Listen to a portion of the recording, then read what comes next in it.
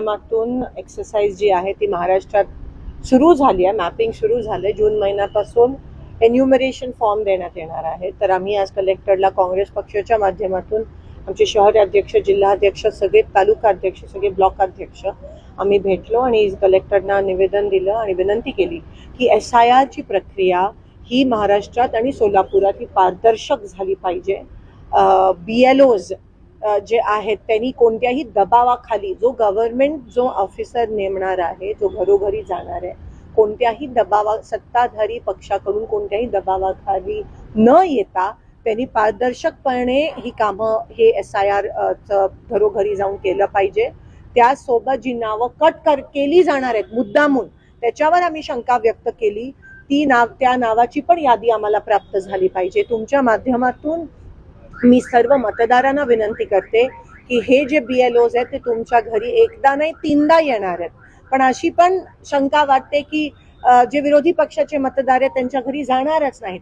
म्हणून मतदारांनी सतर्क राहावं. एन्युमरेशन फॉर्म हा सगळ्यांनी भरायला पाहिजे. जरी तुम्ही आधी मतदान केलं असाल तरीही EF एन्युमरेशन फॉर्म हा सगळ्यांनी भरणं गरजेचं आहे. त्या BLOला सहकार्य करा. जर BLOनी दबाव आणला किंवा तुमचं नाव वगळण्याचा प्रयत्न केला तर लगेच आम्हाला तुम्ही आमच्या संपर्कात येऊ शकता. पण सगळ्या मतदारांनी ह्या बाबतीत सतर्क राहणं, दक्षता घेणं महत्वाचं आहे. आणि BLOज आणि कलेक्टरना विनंती करते की कोणत्याही दबावाखाली न येता ही प्रक्रिया अतिशय पारदर्शकपणे झाली पाहिजे.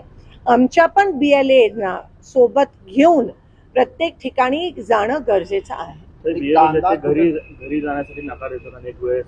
आणि दुसरं जे आहे की मतदार यादीमध्ये 2002च्या यादीमध्ये त्यांची नावं अनेकांची सापडत नाहीत.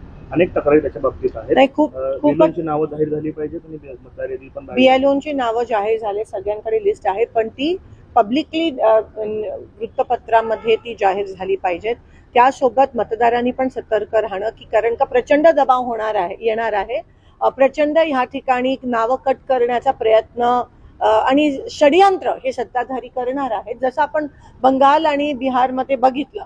म्हणून जर मतदार सतर्क राहिला आणि आम्ही पक्षाच्या माध्यमातून पण सतर्क आहोत, पण आम्ही सतत प्रशासनावर पण दबाव निर्माण करणार आहोत. आम्ही प्रशासनाच्या सोबत आहोत. जर सत्ताधारींनी त्यांच्यावर दबाव आणला तर आम्ही तुमच्या सोबत आहोत की तुम्ही विसरू नये, असं एक आश्वासन कलेक्टरना ह्या ठिकाणी आम्ही देतो. कांद्याचे भाव जे आहेत ते कुठेतरी घसरतात. कांद्याचे भाव घसरतायत, पेट्रोलचे भाव वाढतायत. डिझेल आता पेट्रोल पंपवर बंद करण्यात आलं आहे असं मला आज बरेच शेतकऱ्यांचे फोन आले. काही ठिकाणी त्या ठिकाणी फक्त 500 रुपये 2000 रुपयाचं डिझेल भरण्याची परवानगी देत आहेत. त्यासोबत खत पण त्या ठिकाणी बंद, शेतकऱ्यांना मिळत नाहीये. हे सगळं सुरू असताना आम्ही उद्या जन आक्रोश रस्ता रोको मार्केट यार्डामध्ये सगळे शेतकरी, कारण का जसं मी म्हणाली डोक्यावरनं पाणी गेलं आणि आता लोकांमधून तुम्हाला उद्रेक आणि उठाव, त्याचं पहिलं पाऊल कॉक्रोच जनता पार्टी होतं, पण आता रस्त्यावर पण लोक उतरल्याशिवाय राहणार. सोलापूरच्या बाजारामधली एक पावती भरली शेतकऱ्याची 300 रुपये त्या शेतकऱ्याला भरावे लागले कांद्याचं. आणि अशी एवढी वाईट परिस्थिती आहे आणि कोणाचंही लक्ष या ठिकाणी नाहीये. आपल्याला दिसून येतं सत्ताधारी मस्त आहेत आणि शेतकरी त्रस्त आहेत. तुम्ही काँग्रेस जनता पार्टीचा उल्लेख केला. त्यांनी संस्थापकाला जीवे मारण्याच्या धमक्या येत आहेत, त्यांच्या घराला पोलीस अमेरिकेत जाऊन मारण्याच्या पण धमक्या येत आहेत त्यांना. आणि तुम्ही बघू शकता की कोणत्याही प्रकारचा विरोध झाला की हे लोक कसे वागतात आणि अहंकारी किती झाले त्याच्यावरून कळतं. पण काँग्रेस जनता पार्टी ही सुरुवात आहे त्या रेव्होल्युशनची, त्या क्रांतीची.